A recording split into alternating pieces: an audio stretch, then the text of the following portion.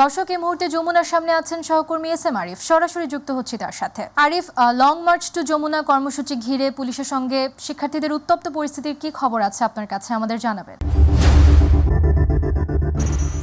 বেলা 11:30টার দিকে যে তারা এই জগন্নাথ বিশ্ববিদ্যালয়ের শিক্ষার্থীদের 3 দফা দাবি, সেই দাবি আদায়ের লক্ষ্যে লং মার্চ টু যমুনার উদ্দেশ্যে রওনা দেয় জগন্নাথ বিশ্ববিদ্যালয় থেকে। এবং সেই মিছিলটি এই যমুনার সামনে না, এটা কাকরাইল মসজিদের সামনে পর্যন্ত আসার পরে কিন্তু আসলে মিছিলে কিন্তু পুলিশে বাধা, যেমনটি এখানে শিক্ষার্থী রয়েছেন তারা বলছেন যে তাদেরকে বাধা দেওয়া হয়। যে 3টি দাবি তারা তুলেছেন, সেই 3টি দাবি আগের পুরনো দাবি। একটি হলো আবাসন ব্যবস্থা, যেটি প্রথম দাবিটি, পরের দাবিটি বাজেট বৃদ্ধি, এবং পরের তৃতীয় যে দাবি সেটি বলছেন তাদের যে দ্বিতীয় ক্যাম্পাস, সেটি আসলে যত দ্রুত সম্ভব সেটির কাজ শুরু করা। এই যে 3টি দাবি, সেই 3টি দাবির বিষয়ে কিন্তু আগে থেকেই তারা আন্দোলন করে আসছিলেন। আজকে এই আন্দোলনের ফলস্বরূপ আজকেই কিন্তু তারা লং মার্চ টু যমুনা কর্মসূচি দিয়েছেন এবং সেই উদ্দেশ্যে যমুনার সামনে রওনা দিয়েছিলেন। এবং যেটি বলছেন যে উত্তপ্ত যে পরিস্থিতির কথা বলছেন, এখানে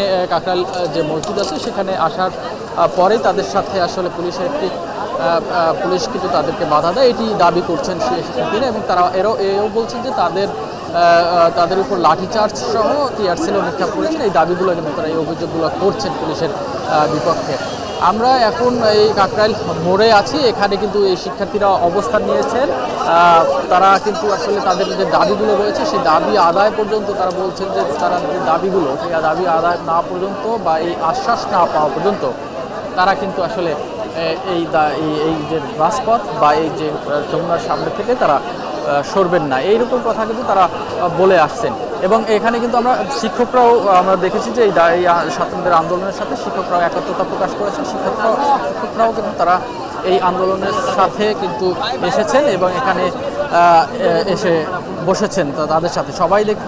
আপনি দেখতে পাচ্ছেন যে সবাই এখানে অবস্থান করছেন, যারা ছাত্ররা রয়েছেন তারা এখানে অবস্থান করছেন। তাদের যে দাবি সেটি বারবার জানিয়ে আসছেন এবং তারা দাবি জানিয়ে আসছেন যে তাদের সাথে যেন এ বিষয়ে ঊর্ধ্বতন কর্তৃপক্ষ বা অন্তর্বর্তী সরকারে সেটি তারা কিন্তু আসলে এই কথাটাই জানিয়ে আসছেন, তারা যেন অন্তর্বর্তী সরকার থেকে এই বিষয়ে কোনো সহযোগিতা পায়। আমরা একটু কথা বলি একটু একজনের সাথে, যে আপনারা যে দাবিতে এসেছেন এখানে, সেই 3টি দাবি কি ছোট ভাবে বলবেন, এবং পাশাপাশি আপনারা এখানে এসে কি অভিজ্ঞতা হয়েছে?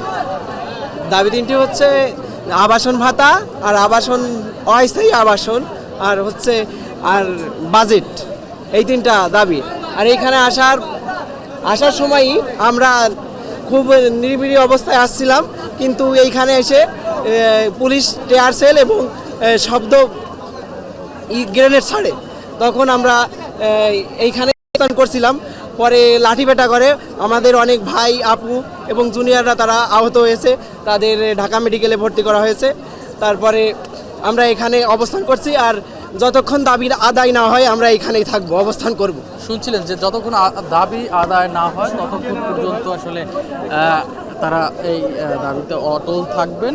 এখানে আমরা দেখতে পাচ্ছি যে শিক্ষার্থীর পাশাপাশি শিক্ষকরাও কিন্তু রয়েছেন, তারাও এই দাবিটির সাথে একাত্মতা প্রকাশ করেছেন এবং তারাও কিন্তু এই যে শিক্ষার্থীদের সাথে দাবি আদায়ের না হওয়া পর্যন্ত তারাও বলছেন যে এই দাবিটি যৌক্তিক দাবি এবং সেই যৌক্তিক দাবি আদায়ের জন্যই কিন্তু তারা করছে। আমরা একজন শিক্ষক কথা বলছেন, আমি একটু কথাটা তার চাই। আমাদের 3 দাবি আমরা এই দাবি নেওয়ার পর যাবো। আর আপনার নামটা বলবেন? আপনার নামটা শুনছিলেন, একটু কথা বলি আপনার সাথে। আজকে যে দাবিতে আপনারাও তো একাত্মতা প্রকাশ করেছেন। হ্যাঁ, বলেন।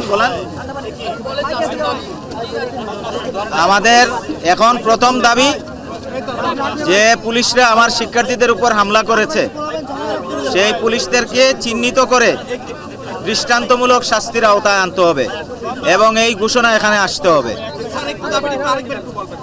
যে পুলিশ সদস্যরা আমার নিরীহ শিক্ষার্থীদের উপর এবং আমাদের শিক্ষকদের সাথে অসদাচরণ করেছে তাদের চিহ্নিত করে দৃষ্টান্তমূলক শাস্তির আওতায় আনতে হবে এবং সেই ঘোষণা এখানে দিতে হবে। এটা হলো প্রথম দাবি। আর এর সাথে আনুষঙ্গিক আমাদের যে 3টি দাবি নিয়ে আমরা এখানে এসেছিলাম, সেই 3টি দাবি তো আছেই। সরকারের পক্ষ থেকে সুস্পষ্ট বক্তব্য আসতে হবে সেই 3টি দাবির ব্যাপারে।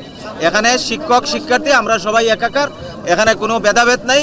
এটা আমাদের সবারই প্রাণের দাবি। এই দাবি বাস্তবায়ন না হওয়া পর্যন্ত আমরা আমাদের কর্মসূচি চালিয়ে যাব। আমি অধ্যাপক ডক্টর রইস, সাধারণ সম্পাদক। শুনছিলেন যে এই যে দাবিটি 3টি দাবি বলছেন, সেই দাবির সাথে কিন্তু শিক্ষকরাও একমত পোষণ করেছে এবং তারাও বলছেন যে এই দাবি পূরণ না হওয়া পর্যন্ত বা সরকারের পক্ষ থেকে কোনো আশ্বাস না পাওয়া পর্যন্ত কিন্তু তারা এই রাজপথ ছাড়বেন না। এবং পাশাপাশি শিক্ষার্থীরা কিন্তু জানিয়ে আসছেন যে তাদের দাবিগুলো যৌক্তিক দাবি এবং সেই 3টি দাবি যতক্ষণ পর্যন্ত সরকার এই ব্যাপারে কোনো ব্যবস্থা না নেয় ততক্ষণ পর্যন্ত যে তারা এই রাজপথে দাঁড়িয়েছে এবং মার্চ ফর যমুনার পথে যে রয়েছে সেটির থেকে তারা পিছপা হবেন না। এই ছিল আসলে আমার কাছে সর্বশেষ। আরিফ, আপনাকে ধন্যবাদ। দর্শক, যমুনা থেকে সরাসরি যুক্ত ছিলেন সহকর্মী এস এম আরিফ, জানাচ্ছিলেন লং মার্চ টু যমুনা কর্মসূচির সর্বশেষ।